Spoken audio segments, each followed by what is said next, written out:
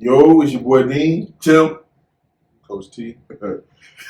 Another episode of your favorite podcast, the Dean Office. Like we always do, like, subscribe, comment in the section, do all that good stuff, right? Before we jump into it, like we always do, we have a little side. We had a day today. So, how y'all feeling after today? I'm I'm still hopeful. It's a lot of things that we need to work on. So I'm gonna leave it as that. We football coaches and we didn't win today. And I'm starting to think whether or not God wants me to do anything involved with football. Why do you think that? My professional teams are sorry. My college football teams are sorry. But this is the year that we're building. But everything got hope. The football got hope because McDaniels is the white great hope that's gonna save us from the black guy. And then you got hurricanes coming in. Now we all of a sudden found money to pay for coaches, pay for kids, pay for coaches, pay for whatever you need. And then y'all, you know what I'm saying? We can make it work, man. Yeah, I mean, the only thing I don't know. We had rain delays. We had the rain. It was out there from 9 until 5. No, 6, 7. Well, 6 and 7. And then we had rain delays. We didn't get Gatorade like we normally do. They fumbled the bag on that.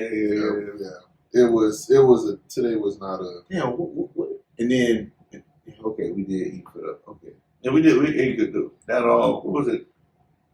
What was it? Chicken. Brown stew chicken, rice and cabbage. Rice and peas or peas and rice, depending on where you come from. Yeah, but we're from the islands, so we say from the Bahamas, and Turks and Caicos, so peas and rice. Okay. All right. So Block and Oaks. Before we get caught into let's not let today's event prevent us from having a great podcast. 'Cause this one I wanted to do for a while, and y'all fought me on it. You know what I'm saying? So I'm happy that we're able to do this because we were supposed to do it last time, but you started babbling on about other stuff. All right. So we got a good one, and the Lord's going to be with us on this one. So let's lock in. Yo.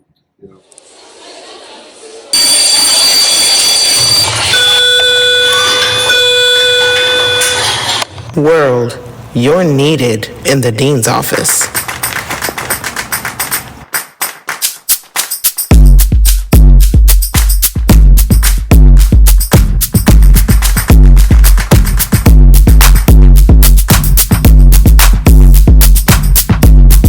So for this episode, I wanted to talk about it because it was another thing that kind of went viral. It was big that everybody was talking about. That it kind of, to me, it made you look at religion or see why certain people, certain people don't agree with religion and so forth, and how religion could be a lick too. But the pastor that got robbed on TV while he was doing his sermon, Pastor Whitehead in New Jersey.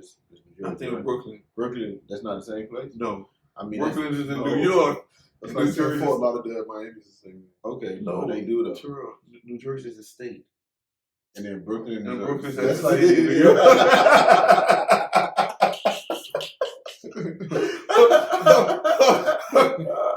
No, you sure you're supposed to be on the Dean's office? You got to at least have some type of knowledge of what is what.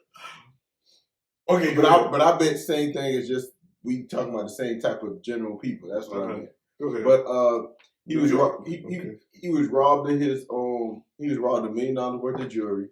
He had the jewelry on, like $1 million worth in church. Yeah, he was up on the thing sermon. He was up on the thing preaching, and then Buddy walked in there, and he looking like, and then he laid down on the ground, and Buddy went and took. He had a gun. Did he have a gun? I don't think he had it. So how did he Buddy had a gun. No, I think Buddy had a gun. But I don't think they showed the robbers though. Yeah, they didn't show. They didn't. The clip again. I didn't see as he go, but I just seen the video of him laying down on the ground. I seen him approaching him, and then the odd thing is too.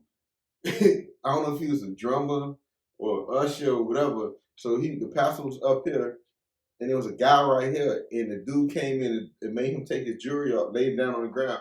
But Buddy was sitting back there like this. Like, what's going on? So, like, to me, I think it was a setup. It was staged. Okay. Yeah. So now my question is, when you have when you have instances like this, because I don't know if you, because after he did a couple of sermons. No, he did a couple of GoFundMes. Dang, let me finish, bro.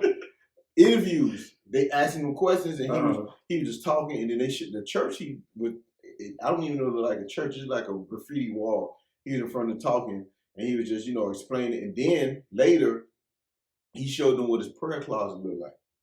Prayer closet? Yeah, because the saints have prayer closet. Back in the day, you get in the closet, you pray when something going on. He showed the prayer closet. The prayer closet was like 500 square feet with Gucci, Louis Vuitton, shoes. In the prayer closet? And that was his prayer closet. He went on there and showed that's his prayer closet. So now, the people saying that he steals from his congregation. Of course he does. So, what? How do you say the man steal from the congregation? He haven't told what how he get it. You know what? I wouldn't say he steals from the congregation. I don't know enough about what's going on with that church to make any judgment, because pastors deserve a salary too, right? They work. It's a job. They got to study all week.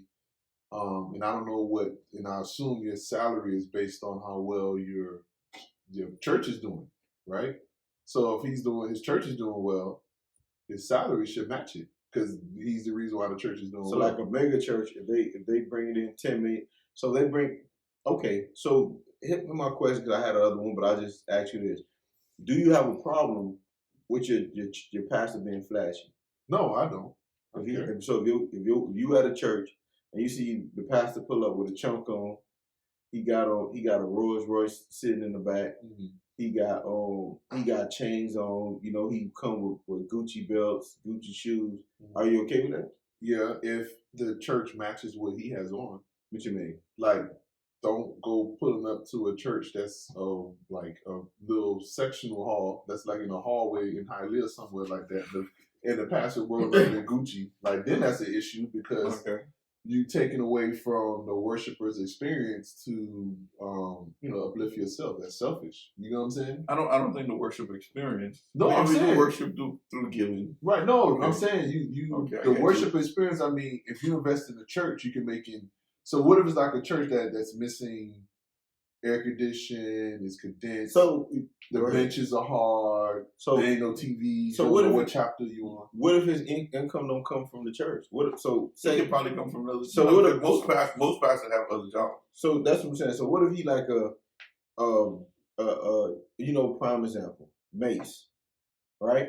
Say you got a Mace the rapper. Mace is a horrible example. No, but go ahead. No. What I'm saying is, because I want to give like the stream of it as far as money wise, not so much who the person is. Mm-hmm. So say you got somebody that's rich, that's Mace used to rap or was in NFL or did something where they made millions of dollars, mm-hmm. right? Mm-hmm. And then they go open up a church in Hialeah, at one of the banquet halls in Hialeah. Mm-hmm. Would you have a problem with your pastor?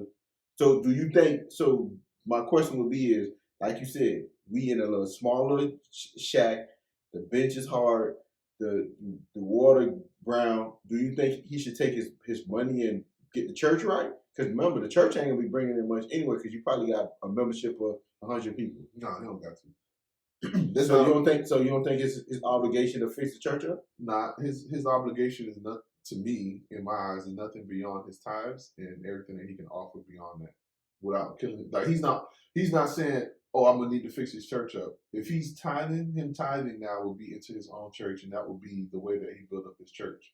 You get what I mean? So I wouldn't say, let's say he's making $1 million a year from whatever other business this is, then he would just have to put in $100,000. The math is right on it. Yeah, $100,000 a year to the church in order to get it up right. So I think as long as he's putting in his tithes and he's doing his due share. So do he get a salary? If he's working, yeah. So gets a salary. So out of the 100 congregations. So if that's how he want to cancel it, but I don't know how that would work. So what's that? So what's the going rate for? I'm not. I'm not saying so. So like I'm just saying, like, how much? So Like, what is happens? the percentage of a church? But that's what I'm saying. Do pastor get 10% of the church? No, I'm saying like so that's the conundrum you'll be in. That will be like, okay, you let's say you just started this church, you give 10% of your tithes, but you also want to pay yourself a salary. So do you cancel out the 10%? Like, I just won't pay the 10% because that would have No, been you should put the money back in. So you put the money and then just have it Take it be out. That's paid what I'm for saying. you. How much It's you not. It's. I mean, You would do it in a way where, remember, if it's just your job, just like a regular job, you get your money and you put the tithes back in. You might work, and even if you have your own entrepreneurship, it's the same way. When you take your money out, then you invest more into it. So it's the same concept. Okay. If you think about it. no, but that's what I'm saying. What's the going rate for? I don't know. It varies. It varies. Let's just That's what I'm saying. you can I have get. something- I know. No, hold on. Before you go, what I mean by what's the going rate? So what I'm saying is, I get that the amount of money you make is going to be based on your church. So meaning if your church doing well, you don't have to get a second job. Blah blah blah. So when you as a church, do the pastor, like, how did they make that arrangement? So how much do you pay the pastor? like you say, you look at your budget and you find out what percent of the budget can go towards the pastor income. So What would you think? What would be a good number? listen, you can't do that. You can't.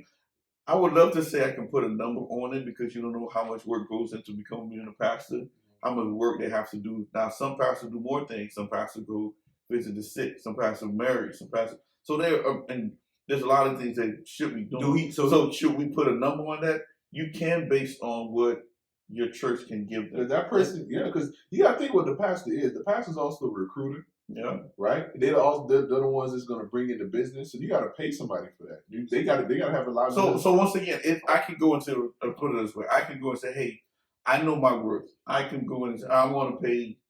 You need to pay me $80,000 a year as a pastor. Mm-hmm. I can't go to a church that's only making $100,000 a year off of tithes and offering whatever the income. That would be wrong with me to do. You understand what I'm saying? Now, if I want to say, I'm gonna take a break, I'll go at 30,000, 40,000. Hey, do pastors have to pay income tax? Because church get breaks. That's not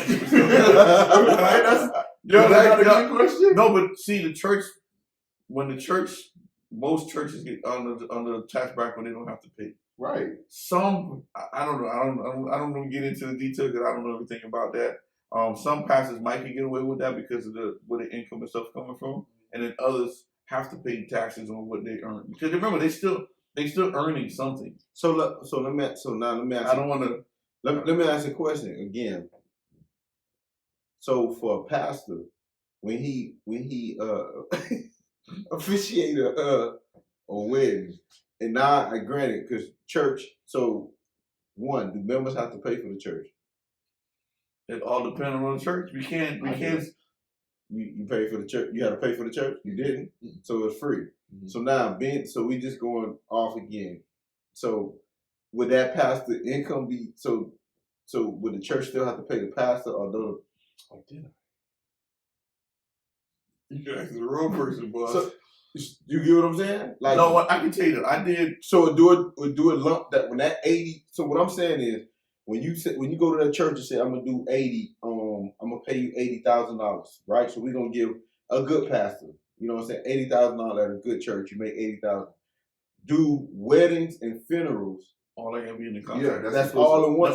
So let's just say. So it's a number on, like, so I'm only gonna do 12. No, listen, that's the thing. Just like if you're doing a contract for being a football player, basketball player, you write the things in there. So if we do 100, I could say X amount of things. Mm-hmm. So I would say no limit on how many weddings or funerals you have to do. Right? I'm gonna say no X amount of how many marriage counseling, or some kinds of marriage counseling, but so I can do it. Yeah, sometimes if I'm not married, I can do marriage counseling, right? Who you feel like going to, right? So now, I mean, some pastors do because they can tell you the do's and don'ts, whatever. But then also it's like how many sermons I can do with the Lord. Would you go get would you go get marriage counsel from a pastor that was divorced? Yeah, I probably would. Yeah, probably would? probably the best person to get marriage Yeah. counsel from. because remember they can tell you the do's and don'ts on how to do it. Because they gonna tell you the real. Like, you know, They all they could tell you they gave up. No, other things pop in place. Let me tell you something. Like, I'll tell you my personal experience with marriage counseling. So, the person that marriage counseled me gave like their personal experience as into what marriage was, and what's going to happen, and what to expect when it comes to long-term marriages and things like that. And I still take heed to what they said today. Like, it's like one of the things they told me is like, it's gonna be hard, but you're gonna have to try to find a way to continue to date your wife. But they didn't though. They divorced. Well, okay, in your scenario, divorce. This person didn't get divorced. They, So you can't. You ain't. Vince. All right, go ahead. No, Bro. that's Finish just your thing, dog.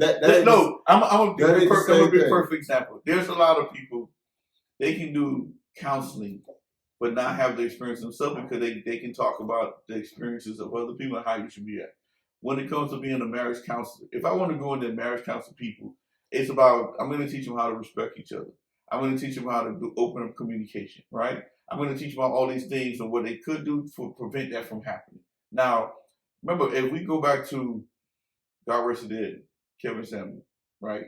He used to talk about all the time about what keep a person, what this, whatever, but he's been divorced, right? But he always trying to tell people how to keep a woman, how to do this, how a woman should keep a man, right? Mm-hmm. So, and they didn't listen. They listen. Some of them listen, right? Because they figured he gave them good advice. And that's what pastors or marriage counselors do. They try to give you the best advice that's best for your situation. Yeah. Remember, all marriages are different, right? All three of us got the same, I would say the same mindset. We came from the same almost background, right? Some of us have the same thinking. Group in the same environment. We just have the same thinking on certain things. But each of our marriages is different. Right, we came into our marriage differently. Hey, he came in fresh, just them two. You came into marriage with other people.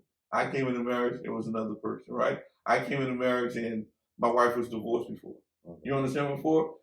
We can go around the list and do it. But the point of it is to show you what you should be doing to maintain that marriage so it don't get to the point where it gets to divorce. Now, if I've been through a divorce, I can tell you, hey, this is what you need to do. One of your good friends, or not friend, who graduated talked about what was he talking about? It was like a book that comes with Dr. Carter. Dr. Carter. He mentioned something about ways on. Don't give me. I don't get his book title wrong, but he talked about ways on not how. No, it's the thing. You get married to get divorced. Yeah, married to get divorced or something along those lines. You understand what I'm saying? So we're giving you ways and what ways to prevent it from happening. So it's up to you to take heed to that. Like you said, you took heed to it, and you and your marriage are going well now. So I'm just. Why you shake your voice when you say it like that? What are you talking about? I didn't shake my voice. Say it with confidence. I think you got problem.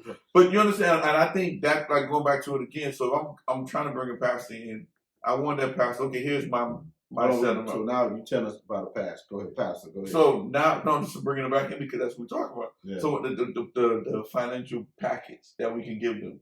So I'm bringing us, hey, pastor, I'm giving you $80,000, but here is the stipulation. Me as a pastor who knows my worth to say, I don't like that, right? Mm-hmm. I need a little bit more to do all what you asked me to do. That's up to the church to be like, okay, cool. It's just like a regular job. We can negotiate whatever, and then if it doesn't meet a medium, hey man, thank you for being a part of ours. Whatever we can. Hopefully, be successful on your next journey until I can find a pastor that suit the church needs and what we can afford. So that's basically how it should go.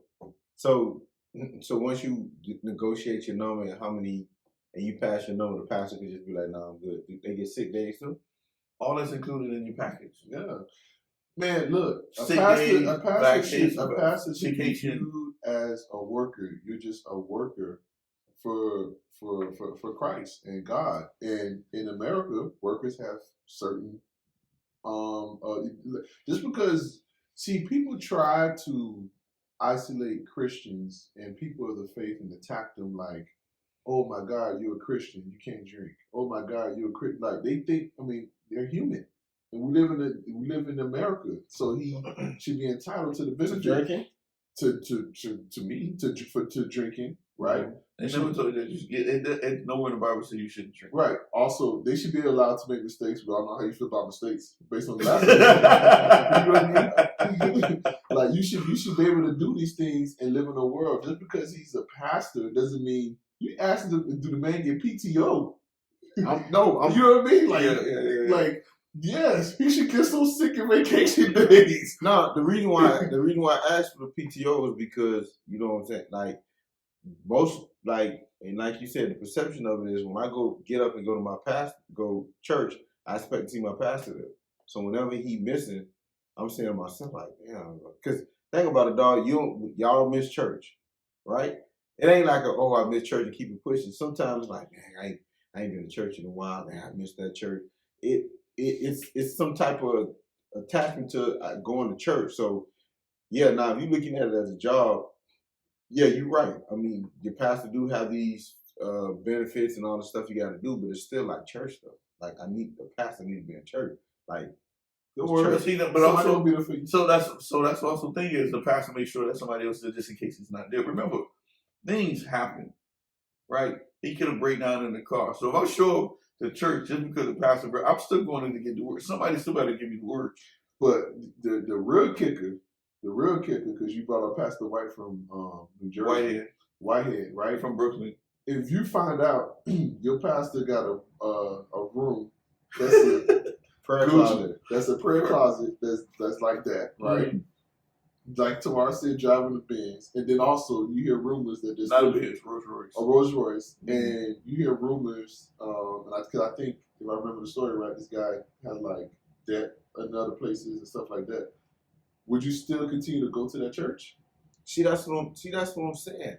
If I go to a regular church, and what's the threshold? So if you go to a mega church, you like if I go to a mega church, I like Trinity, whatever that pastor look like, gotta have a lot of money, right? Listen, or T.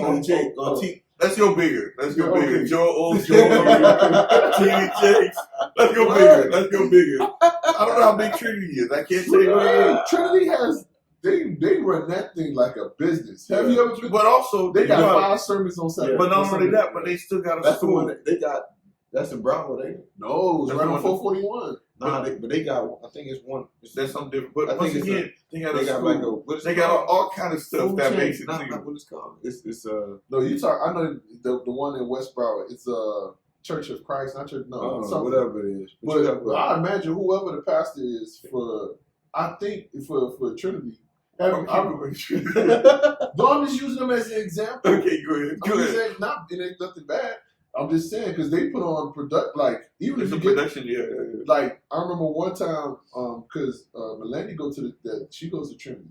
Oh, she does. Okay. Yeah, so she said. So you've been there before? I've been because of Melanie. I've been there a couple of times because she would invite us because she's like, y'all gotta come. So we went to the church and to show pastor in the Rolls Royce. No, it didn't. The pastor had on, it was like one of those, hey, I'm a hip pastor. He had on jeans and one of those type of deals. I'm trying to relate to you. It's young. I got you. You know, it's one of those type of things. And they was efficient. Here's today's news. The pastor came on, boom, with a little thing right here. Open up my whatever. Had the message behind him. Hour. Ooh, all right, guys, see you later. Another drove of people coming in for the next thing. No praise and worship. I think it was a little bit of praise and worship. But that's not what I was getting to. They had an Easter play. And they had animals in the Easter play. Like animals. They had goats. Okay. They had a big production budget. So they have a production budget.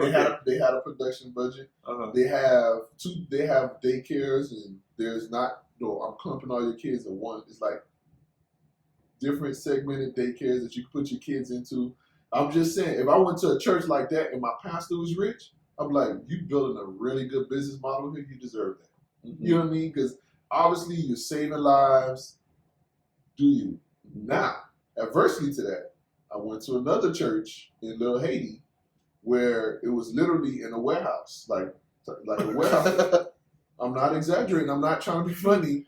No, they do have some churches like in the street malls and all this other stuff. I got you. It was a literal warehouse, right? So you go there, and I go there, and it's a little warehouse, and you can like see. Y'all know what the warehouse look like. It's just seats. Yeah. Now, if I see the pastor in that type of environment come up in a Rolls Royce and got all these other things going on, yeah, especially in Little Haiti community, people there is trying to make ends meet and stuff like that. They don't have the highest income, right?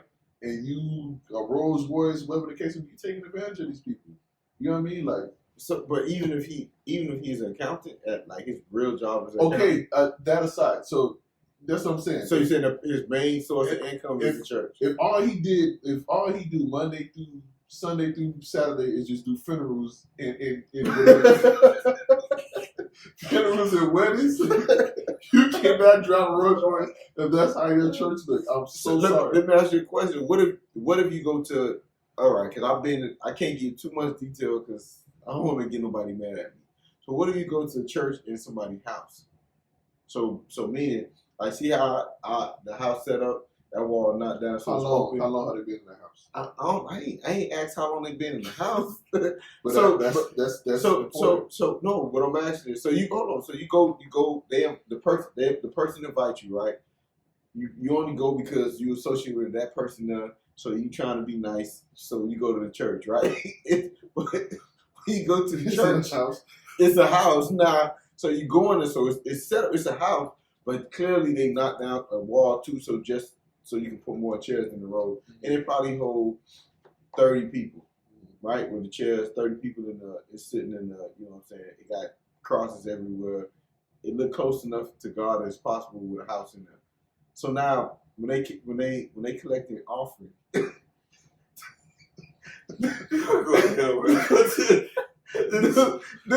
you give offering? Yes, because they still performing the service, and offering is part of the worshiping part of the service. But now you do have to ask yourself why. No, I would question them. I'm gonna knock you on this one, right? Why y'all still in the house? I'm being real. Listen, why do you guys still there? Listen. We gotta understand, right? Back in the, I'm gonna go back in the days. I don't, how can I translate it to now? But back in the days, there was a lot of pop-up houses, churches, right? Because that's how people know how to start off. A lot of people feel, some people feel, I'm gonna say a lot. Some people feel that when the Lord make a calling on their life, it's time for them to open up and do their own thing. So a lot of them say, I can't find a physical building. I can't do this and that. So the best thing to do is just open up something I can afford. House, rent out the storefront, rent out the warehouse, or even rent. I know at one time some people used to rent at Betty T. Ferguson. Rent out the ballroom. Yeah, even at FIU, there's some churches that's there and they rent out the ballroom so that every Sunday, whatever. So what I'm saying is, we can't monitor how long a person is there to say that they're not using the word in a sufficient way. No, you cannot. No. How can you say that? I guarantee you that person getting an income. How do you ask somebody? How do you ask that question? No church in the house. So no, not me. So look, this is what I mean. This is what I'm not saying you looking on the outside in, you don't attend that church. And if you don't attend that church or whatever, it's none of your business. Right? But if you in that congregation, you give your money, right? And we've been here for 10 years, 12 years, and we're still in the same situation. I know I give my money, right? I have the right, do I not? So I'm going to ask you this. That's great. That's a great example because each church, if it's set up a business, have to have a business meeting with everybody there. Right. How many times have you been to the business meeting at your church? The church I go to now? Yeah. Because I don't have any concerns. No, but that's what I'm saying. That's what I'm saying. Like most churches, they have a business meeting. So I'm like church have meetings. But no, I'm only mixing it up because if you had concern, you would have brought it up at the business meeting. Right? Is the business meeting open to the public? Yeah. Yeah, so everybody church. Well, every time our church have it. No, listen, what I'm saying, every time our church have a business, we put it out to everybody on a Tuesday night and we come out with it. Never. And it's usually towards the gotta end. be nosy. I have never. It's only two reasons why you do. Nosy or you trying to help. Like, and if you ain't offering anything after that meeting, you just being nosy. See, for me, my problem is this. Why would I? That's like me go. So I get. So you know what? I take it back a little bit because sometimes you do have town halls where you share to the stakeholders how well the business is doing. We made a profit, whatever. Exactly. So that makes sense. But I assume the church's on is a little bit more transparent, where y'all saying, y'all don't give like people's salary and stuff. Some people do. Damn, they get the church salary. Some people salary. Some people. See, that's great. What, so they don't say. They don't say. What matter? What? Hold on. Before you get in that, how do you determine whose salary you get? What do you mean to put it out there? That's just something that's been established before us. That's been church established. So if you want, just like once again, if I'm setting up a business meeting, there's certain people I don't have to present their salary, but the others you can put it. So some people can know exactly what the money is. But that's crazy though. It's a church. We're trying to be transparent as much as Yeah, possible. but that's what I'm saying. It's none of their business. They should have said No, total employee expenses. That's like all it is. Payroll. That's it. They should, and that could be something that most churches we can talk about, whatever. But I always had a problem with that as well because once again, that's just like me going out there. They put my salary up. But however, it's a church, it's public knowledge, it's all this other stuff that's Don't on matter. But that's how they do it. But because then my question is, how do we determine who salary show? Because that means I'm pretty sure the salary who's not being shown is the one who make the most money. It'll probably be that way sometime. Yeah. I ain't trying to throw you on the bus to answer any question, but I'm pretty sure. Sound like you are. No, because Listen. what I'm saying is when you as a church, like how you said, it'll be better to saying like, you know what I'm saying, we spent, because that's like saying we spend $100 a month on food. Nobody's asking you How to what break food it down. are you getting. It's Yeah. okay, we get it on food. If you saying total employee income is like, we don't need to know, because I'm pretty sure it's the janitors and stuff like that. Like, we don't need to know what you're paying them. Just simply because we know the janitor. So now I'm looking at you like, man, I know how much you make. You know what I'm saying? Like, I know your business. And that's one the thing that, people try to hold to themselves. So it's like, for you to say, not just say we paying employees $100,000 a year. We know who work here, and it doesn't matter. That's the lump. The lump sum for all employees is $100,000. I mean, you ain't never put your foot down and say, That makes do sense. That makes sense. Suarez. That makes sense. God. I don't know what you're talking about because Tim said, I'll just go to the business meeting. I'll make them decisions. listen, all of us got different things and how we portray it, and every, like I said, every church run differently. Every church have their own different things what they want to reveal to the congregation. Some people don't even let you know all the expenses that the church has spent sometimes, right? Because it's not, like you said, everybody concerned. But it all depends, like I said, it all depends on the church and stuff that you go to. So now, if you are that interested in finding out where your money is going, find out if they have a business meeting and can I attend, right? And those type of things. So now you're not worrying about if my money is going into the pastor with this extravagant closet with all these Gucci's, whatever. I know where my money is going because, hey, I'm going to the business meeting. If you're concerned, me myself, like I said in a couple of podcasts before, I give my money because I feel you're doing whatever you're doing it and with the best interest of the church. Do I need to know what you're doing with it? No, that's not my concern. That's not my. So you continue to be a pastor at this man church? I mean, a member at this man church? That's what it's called. Member. Right? A member. I mean, I don't know. For me, it's more of a feeling, right? If I feel the pastor is genuine, then I can be whatever. Because even when our pastor passed away and our new pastor came on, that could have been a time for me to shift and go somewhere else if I wanted to, right? No, at that time we could have made our own decision when it passed away. It was 20 years ago. The man passed away 20 years ago. So I can't make a decision 20 years ago? No. Mommy would have been. Wow. Yeah, No. Let's put it this way, Terrell, when we was younger, you probably might remember, we went visiting a lot of different churches. Yeah, we did. We did a lot. We even went to the church here down, not too far from the street on 199. Yeah, we did. Whatever, we went there. We went through some other places. It's just that when we went all these other places, it just didn't feel right. We kept going back to where our churches we are now. Yeah, it was too long. Yeah.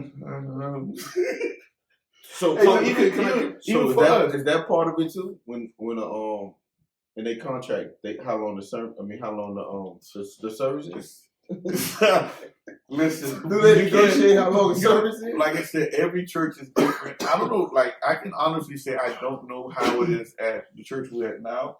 What that look like, or how long the service, or what he has to do, and all this other stuff. I never cared about it. I care less because I'm going as a member. Can you have a pastor as a friend? You probably could. No, I'm asking, can y'all two? Can a pastor be your friend? Yeah. I Like think I'm so. talking about a friend like oh. I don't mean he act like oh. I mean like I mean like the relationship we have with O and Yeah, I think we could. I think we could. I think if we talk on a regular basis. You don't have no like friends. Like when I think of Terrell, I'm like, man, you think of me like who? My bad, off topic. Gary. Well, not Gary. What's this guy named up in Greg. Greg. Yeah, that's I got Greg Capri. I can go down to this and whatnot. Yeah, okay. You know what I'm saying? Hey, but let me let me let me ask you let me ask you guys a question. All right. So let's say you are giving money to the church and membership's growing, looking like they're busting out the seams, people coming in, they gotta do 2 or 3 services. Would you want the rewards from that to go into building a bigger, better church? Or would you prioritize building up the community in which it resides? It depends. Depends on what. How big the church is currently. Currently, how it is, and it was the vision of the pastor and the people who runs the church. So we got So for me, I can put it in there, but if I see the vision, I agree with it. My thing is, if the churches need more space, why not invest in it? If the congregation is going like it's supposed to. More space, more parking. Because we know most mega churches, you need a bigger parking lot, right? And then you should still have enough to be able to pour into the community as well. So when I say pour into the community, you should be able to help in ways, right? Do food drives, do this, do whatever to do those things as well. So what is your definition of a church that's doing the right thing? And what's your definition of a church that's doing the wrong thing? What? I'll put it this way. The church is doing the right thing is what they're servicing for, right? Bringing people closer to the Lord,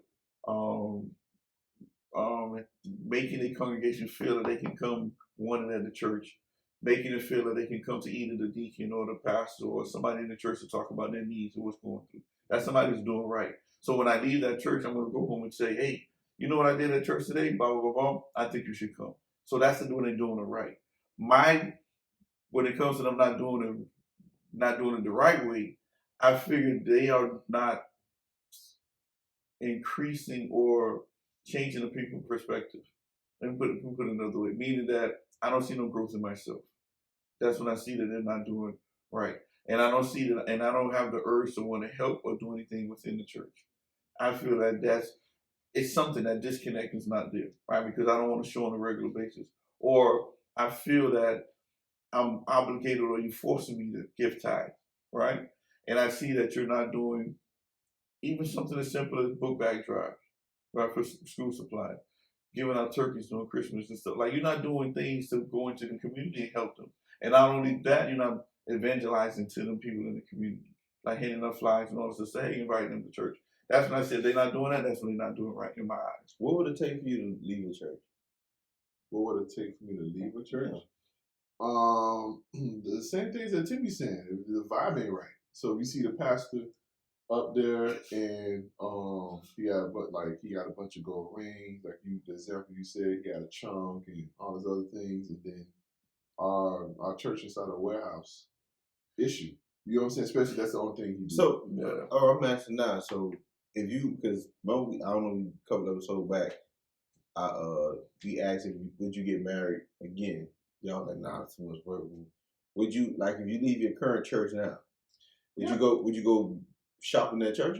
Yeah, I'll go to I'm okay with, I like hearing, and I love our pastors, but I like hearing other pastors too. Like, you know what I'm saying? Because, our pastors, come with a style. You know what I'm saying? I like to hear different styles. You know what I'm saying? Like, for example, the church we went to, Jesus People. We went to Jesus People last Sunday, and the way that she incorporated football, she incorporated that we was there, and the way that she was freelance, and the way that she was bringing real world, like it was a different preaching style. Even Pastor Jackson's wife, when she preached that time, and she was preaching about mental health. What? Dr. Jamila, I'm sorry, Yeah. Reverend Dr. Jamila Jackson, yeah. Reverend Dr. Jamila Jackson. Yeah, she want to be Yeah, known. I'm sorry. I'm sorry. Reverend Dr. Jamila Jackson, when she preached, she was preaching about mental health and how she brought the word and kind of brought it into today's perspective and the young people's perspective. And I love pastors who know that not everybody is really righteous.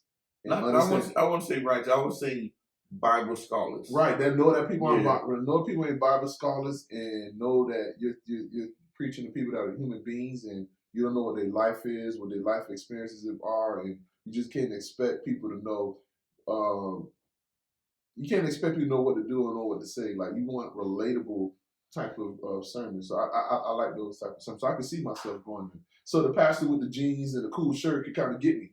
You know what I'm saying? What it was? Jesus. What it was? Trinity. Yeah, so you can get me because they relatable. That's why you selling Trinity so much. I got I'm just saying. I'm pretty sure that guy's relatable. But to me, I think with the church that you're in, I think everything we was talking about was focusing on the monetary stuff within the church, and like Tim put so elegant, so great. I can't say a word. Can't talk. Again, it's late at night for y'all. After a loss. After a loss at that. Tim put that you should dedicate those three things to the church, and if you want to know what they are, just go and listen to that podcast. It was the last podcast you said that, right? It was time, talent, and your treasure. I was trying to get them. My bad. Yeah. So what I'm saying is, I know everything that we was talking about was on the monetary, but also, I think you should only be in a place that feeds your soul. And if you have concerns about the fact that they're not you doing the right things to either uplift the church to make it a better worship experience for you, or they're not doing things in order to make the community better, then you have the right to question it and you have the right to go somewhere else. But if you stay there and you continue to give your money, you can't talk about it, whatever the case may be, you gotta do what you gotta do. So in my eyes, that we was talking about a lot of monetary stuff, but you also got to look at whether or not, like Timmy said, are they connecting with the audience or the congregation? Are they teaching you? Are you learning? Whatever the case may be. Because if they are and you want to be there, you got to pick your poison, for lack of a better word. Before we close out, though, let me ask you a question because, might be some people, well, I get this a lot when we have a conversation. Do you have to go to church to be a good Christian? That's a tough one because you can go different ways, and social media now, you don't have to be in church now. You should listen to the word. Because to be a good Christian, what does that mean? Right? That's the biggest thing that people are trying to understand. So from my understanding, remember this is my understanding, being a good Christian. I just want to not go to hell, the bare minimum. Yeah, no. for me, being a good Christian is what Jesus asks us to do, and that's to love everybody. To love people or treat them the same way you wanted to be treated. Even gay people? Everybody. You're supposed to love everybody. Like I always tell people about the LGBTQ community, right? They can't be Christians. Why they can't be Christians? I'm asking you.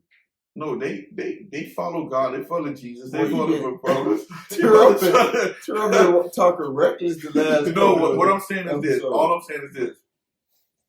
I might not love or like their lifestyle. Or what they do, so you hate it? Hold on. Listen to what I'm saying. It ain't. That's the only option is love or hate. He said, I don't love or like it. I don't love or like their lifestyle or the things they decide to do. But me as a Christian, I love everybody. So if I run into a gay person, a homosexual person, a trans person, whatever, I'm still gonna love them because that's what God told me to do. Jesus told me I love everybody. Would you feel uncomfortable? Be uncomfortable around them? Yeah. No, because I'm just saying, like as a Christian man. No, that's just like me saying being around people who are fornicate, who commit adultery, who steal, who get drunk, who all this other stuff. I still feel comfortable because I love them because of who they are. Yes, true. He's around you every day. I'm married. No, but you do the other stuff. I don't steal. The stuff that apply to you. You ain't never stole before? No, I don't steal. Hold on. But no, You I'm never saying, stole but your life you get what I'm saying. That's what I'm saying. So No, there's a difference between stealing something and being a.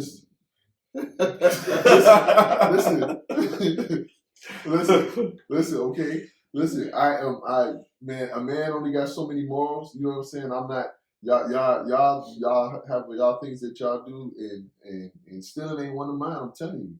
I am by the book when it comes to that. I don't do nothing. I don't steal cable.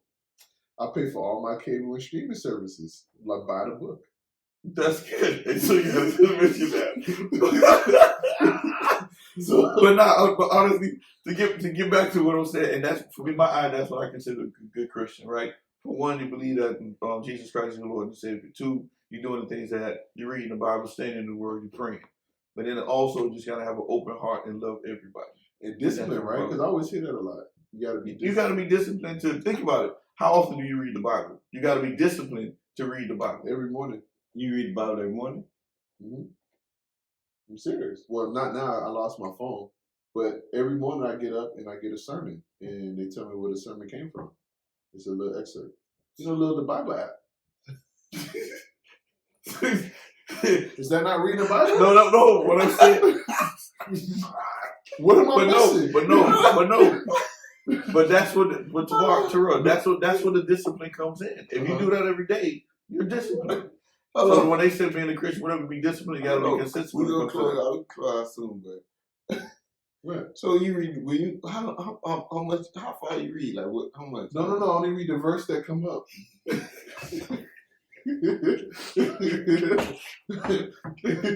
No. Do y'all not have that on your Bible app and you can click on it? So what people trying to find out, right? Like for me, I'm not gonna excuse myself. I'll put myself in an example. For me, I wake up every morning and I read 2 chapters a day. So listen, I read 2 chapters a day. I'm saying, I'm not for everybody. But why they're laughing, when you think about a chapter compared to a verse, they don't think that's hard. That's not reading the Bible. That's reading the Bible. That's absolutely not reading the Bible. Hold on. Do y'all not have that on the Bible? Why you keep going to the Bible app? Because I'm telling you what I do. Okay, good. I get, bro. No, you don't. So there's this thing on the Bible app. And I'm not talking about the text. I get the text message too. They send that too. But there's a thing on the Bible app when you wake up, there's a pastor on the video, almost like our Moments in the Dean, where they talk about something. It's like 2-3 minutes. They talk about and they're like, this is where I got it from. And they're like, good day, friends. Have a good day. But listen to what you just said. That's not reading the Bible. No, but then when you slide over, it shows you the verse. What's wrong? What's wrong with y'all, man? I'm not going to interrupt. That's bare minimum to me. Listen, I'm not going to stop you from the way you worshiping God in the morning. That's how you're supposed to do it. You're finding time out in your busy schedule to put time aside for God, right? Mm-hmm. That's all you need to do. That's what I was saying. But then, once again, at every level, you're trying to get better. And it's people born to improve, correct? So that's why I said, even with, I think, are we reading through the Bible this year in our church? Yes, we are. Well, why? Because I want meaning out of the Bible, right? You trying to tell me if I get a verse a day and I remember, I'm like, man, that's a great verse, right? But I'm reading the Bible and whatever. You know what I'm saying? And I'm not digesting it. Boring. It's boring. You know what I'm saying? And I'm like, whatever. But this verse of the day is given to me on this wonderful platform. I love it. The platform, whatever. So every time you hear that verse of the day, it resonates with you. It does at the moment. No, that's like the other day. I didn't even know there was this book in the Bible that even existed. That was crazy to me. What was that book we found out? Titus. Did you know there's a book in the Bible called Titus? Yes. I didn't know that. So you're not reading the Bible? No, I'm just saying that was news to me. That was news to me. So Titus was a prophet? So this what we they have major minor. prophets in the Bible. But so Titus was a prophet? More like a minor one. What happens in Titus, Mr. Judgy? What happens? One of the things in Titus, that's where a lot of people get teachers from, like leaders and worships and stuff like you're supposed to. Like, there's a scripture that talks about what a church leader should look like, and also what a deacon is and all this other stuff. And So what did You thought he gonna fold, huh? So how come they never teach that in church? They teach it, but you ain't paying attention. He went over. I've never heard. All right, church, please turn to chapter 1 in Titus. I would remember that. That's a very unique name. Tomorrow, was that not your first time hearing Titus? I agree with you. But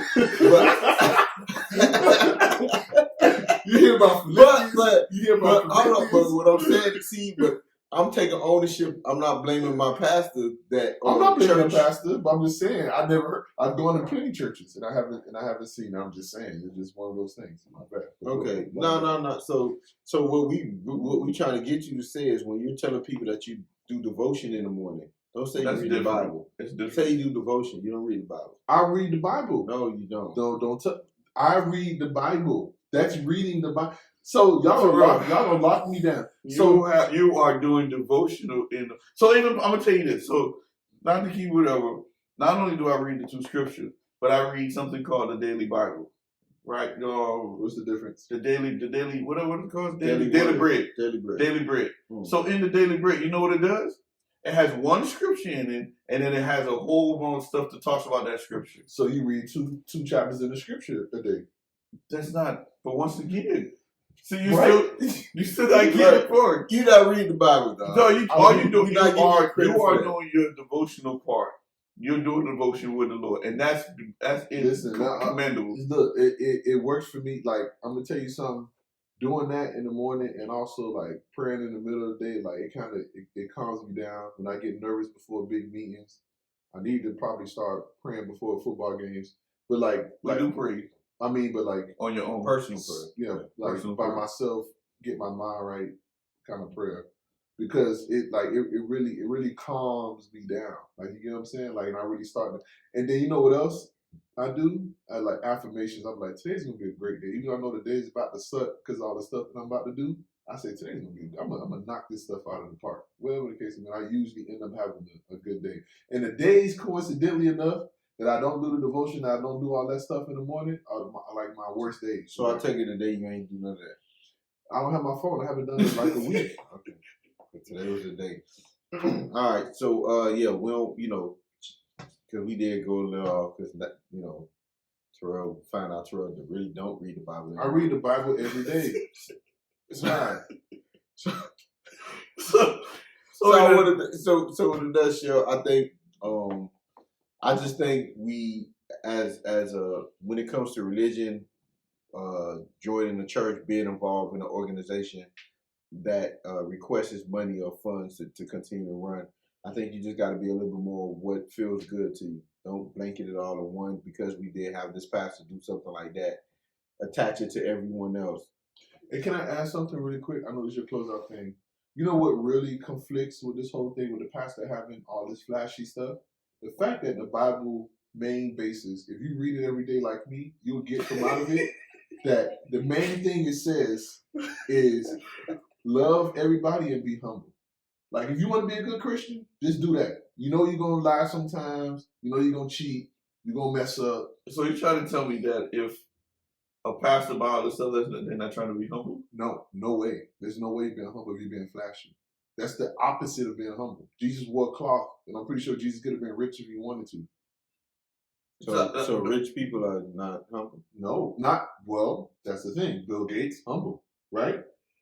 What's his Elon Musk? Not so much humble because he bought he made the city of London tear down a bridge just so his yacht could fit through. It's not a humbling thing. Bill Gates tried to give water to African kids and whatever the case may be. This dude tried to buy Twitter. It's difference. You know what I'm saying? Like, just because you're rich, you ain't humble. That's what I'm saying. So that's the conflict of it all, which may be the next episode of D3AN'S Office. No? You try real hard.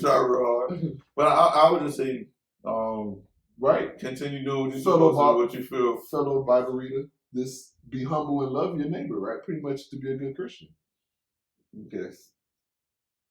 I agree. We agree. Okay, so we're gonna close out this one here. One little left.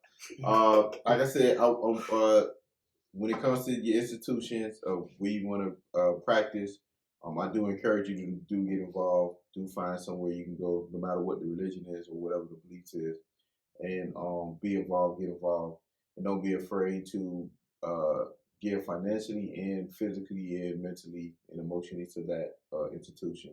So I want to thank everybody for locking in and listening to us talk, and the ones that again supporting us, writing the comments and doing all that good stuff. We really appreciate you. It motivates us to continue to make more content and continue to give y'all a show every week. So this your boy Dean, Tim. Coach T. and rocking with the Dean's Office. Y'all have a blessed and beautiful day. Hope this uplift you. All right. That's good. And you want to give to... No, I'm just kidding.